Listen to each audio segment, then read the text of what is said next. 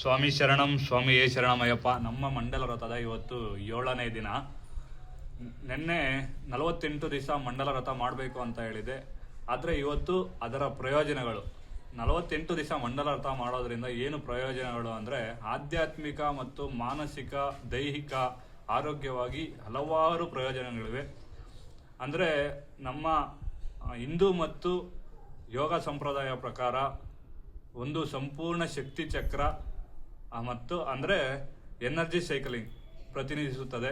ಅಂದರೆ ಆಧ್ಯಾತ್ಮಿಕ ಮತ್ತು ಮಾನಸಿಕವಾಗಿ ಏನೇನು ಪ್ರಯೋಜನ ಅಂತ ನೋಡೋದಾದರೆ ಮನಸ್ಸು ಮತ್ತು ದೈಹಿಕ ಶುದ್ಧೀಕರಣ. ಅಂದರೆ ಮನಸ್ಸು ಮತ್ತು ದೈಹಿಕ ಶುದ್ಧೀಕರಣ ಅಂದರೆ ನಾವು ಮಂಡಲವ್ರತ ಮಾಡಬೇಕಾದ್ರೆ ಕಟ್ಟುನಿಟ್ಟಾದ ನಿಯಮಗಳು ಅಂದರೆ ಉಪವಾಸ ಮತ್ತು ಪ್ರಾರ್ಥನೆ ಮತ್ತು ಇಂದ್ರಿಯ ನಿಯಂತ್ರಣ. ಅಂದರೆ ಇಂದ್ರಿಯ ನಿಯಂತ್ರಣ ಅಂದರೆ ಪಂಚೇಂದ್ರಿಯಗಳು, ಕಣ್ಣು, ಕಿವಿ, ಮೂಗು, ನಾಲಿಗೆ, ಚರ್ಮ, ಅವು 5 ನಿಯಂತ್ರಣದಲ್ಲಿ ಇಟ್ಕೊಂಡ್ರೆ ನಮ್ಮ ಮನಸ್ಸು ಮತ್ತು ದೇಹ ಶುದ್ಧೀಕರಣ ಆಗಿರುತ್ತೆ.